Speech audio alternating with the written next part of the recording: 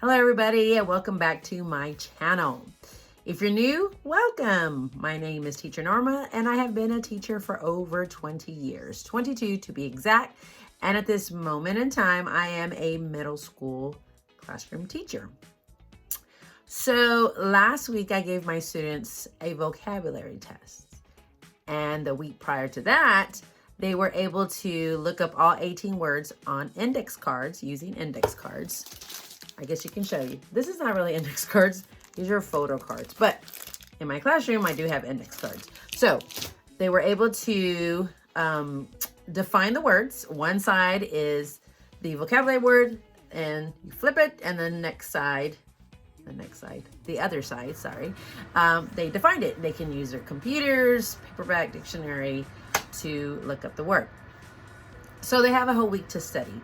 But I do let them use the vocabulary words, the index cards on the vocabulary test.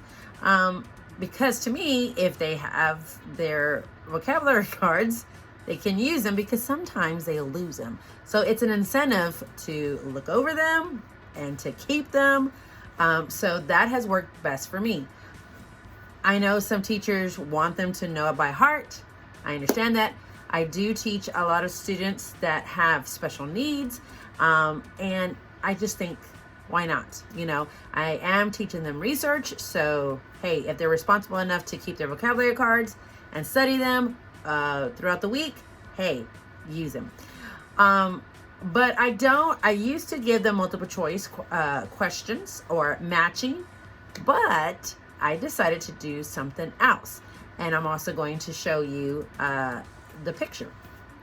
So what I do is I have them define the word, and if they have their vocabulary cards, they can use that. But the students that have lost their cards, which I have some, not all, I have a few that are not responsible and they lose their cards. Well, they still can pass the test because they can still use their Chromebooks to look up the definitions or paperback dictionary. So there you go. And then I also have a section where they sketch the definition, okay?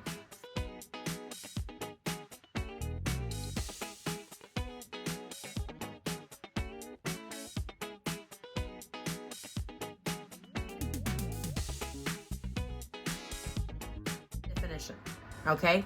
So for example, if the word, I have middle school, so I'm just showing you or giving you an example. If the word was dog, of course they would define what a dog is. And then in the sketch part, they would draw a picture of a dog, okay? But of course I have words like topic and characterization. And so I have students, and I'll show you an example, will give me the definition of the character or characterization, and then draw a picture of that. What does that mean to them?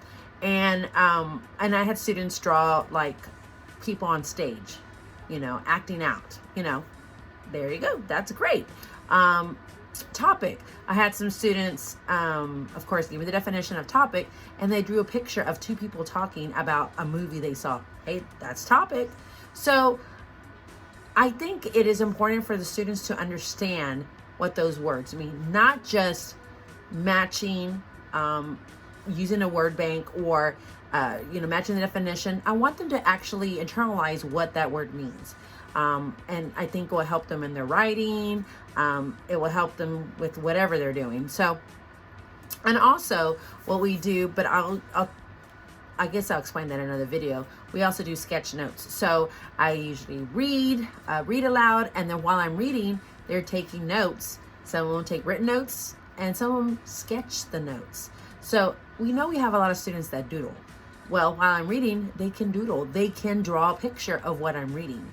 And that helps with comprehension. And that has worked really well for me. So anyways, that's a little tip on teaching students vocabulary. If you have any other tips, let me know in the comments. Sorry, I always say comics. Comments. All right. Well, we'll see you later.